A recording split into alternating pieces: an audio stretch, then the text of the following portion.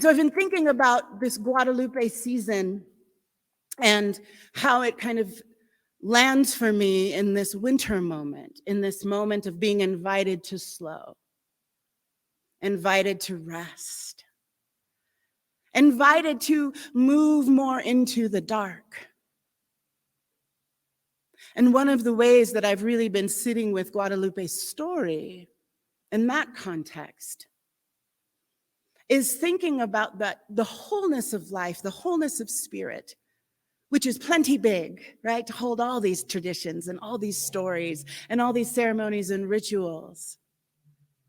And it's also big enough to hold the tragedies that go along with some of these stories and some of these histories. It's also big enough to hold the reality that Guadalupe did not come into being out of some like lovely moment. Guadalupe came into being out of colonization and the conquistadors basically slaughtering the Aztecs and stealing their land.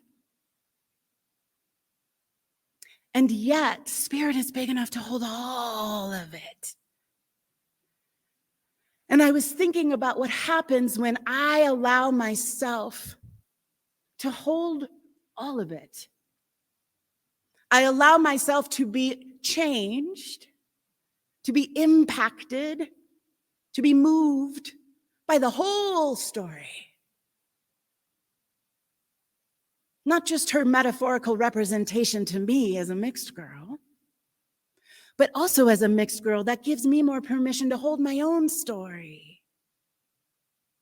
The things that coalesce in my being, the histories and the lineages that come together as me right here in this moment. Some of it freaking fantastic and some of it heinous and dark.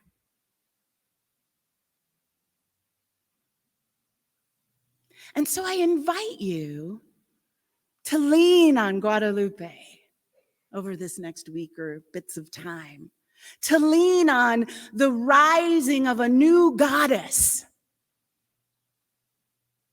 out of some heinous, tragic shiznit.